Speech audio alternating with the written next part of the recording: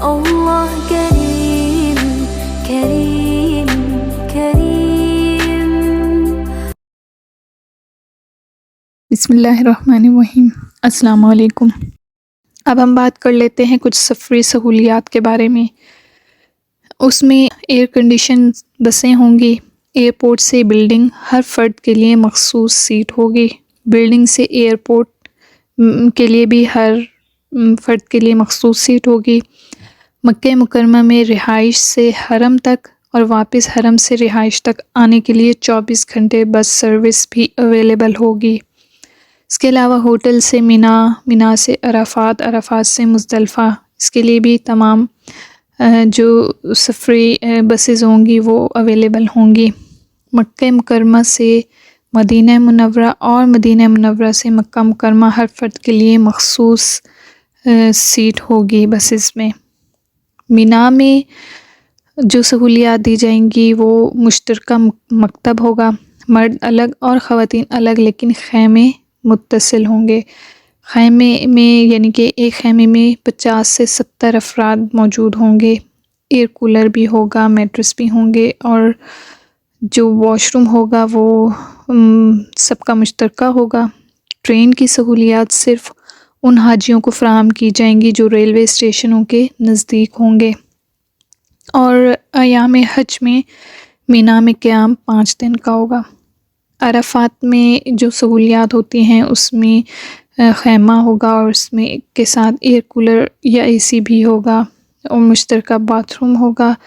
عرفات میں قیام 12 سے 18 گھنٹے کا ہوگا. مزدلفہ میں سہولیات جو ہیں وہ یہ مزدلفہ میں کھلے آسمان کے نیچے رات گزاریں گے اور جو واش روم ہیں وہ مشترکہ ہوں گے. کوئی بستر، گدا یا تکیہ نہیں ملے گا. 1 رات کا قیام ہوگا اور اس رات کے لیے خود کار انتظام ہوگا. اس کے علاوہ کھانے کی جو سہولیات ہیں ان میں مکہ مکرمہ میں 3 وقت کا کھانا ڈبل ڈش ہوٹل کے ڈائننگ ہال میں ملے گا. مدینہ منورہ میں 3 وقت کا کھانا ڈبل ڈش ہوٹل کے ڈائننگ ہال میں ملے گا. مینا میں 3 وقت کا کھانا لیکن وہ پیکڈ ہوگا. عرفات میں 1 وقت کا کھانا ہوگا لیکن وہ پیکڈ ہوگا. مزدلفہ میں رات کا کھانا نہیں ملے گا. اپنے ساتھ پانی یا کچھ ہلکی پھلکی خوراک وغیرہ آپ رکھ لیں تو بہتر ہے. اس کے علاوہ آب زمزم، ایئرپورٹ پر آپ کو 5 لیٹر آب زمزم کی بوٹل دی جائے گی. اور جو طبی سہولیات ہیں ان میں ہر سیکٹر میں چھوٹے میڈیکل کیمپ ہوں گے اور ایک سیکٹر میں PHM کا بڑا ہاسپٹل ہوگا.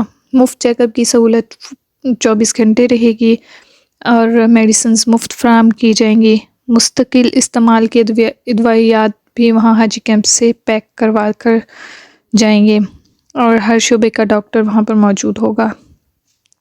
24 گھنٹے مفت ہیلپ لائن ہوگی.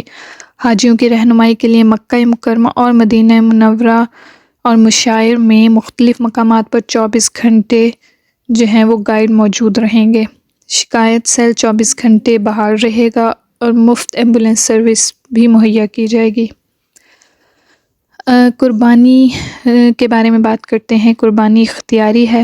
جو عازمین سرکاری اسکیم میں قربانی کی رقم جمع کرائیں گے ان کو قربانی کے وقت کے بارے میں بذریعہ نوٹس جو ہے وہ بتا دیا جائے گا. اس کے علاوہ مقدس مقامات کی سحر زیارت جو ہے وہ دی جائے گی اور یہ سہولیات مہیا کی جائیں گی، لیکن اس کی مد میں آپ کو ہوٹل میں 40 سے 50 ریال ادا کرنا ہوں گے. خود کرنا چاہیں تو ٹیکسی کے ذریعے بھی جایا جا سکتا ہے. یہاں پر میں آپ کو اینڈ پر یہ چیز بتاتی جاؤں کہ کچھ چیزیں ان میں سے کم یا زیادہ ہو سکتی ہیں. یہ تجزیہ وزارت حج کی ماضی کی کارکردگی پر کیا گیا ہے، اس لیے یہ حتمی نہیں ہے. اس سے کچھ مختلف بھی ہو سکتا ہے.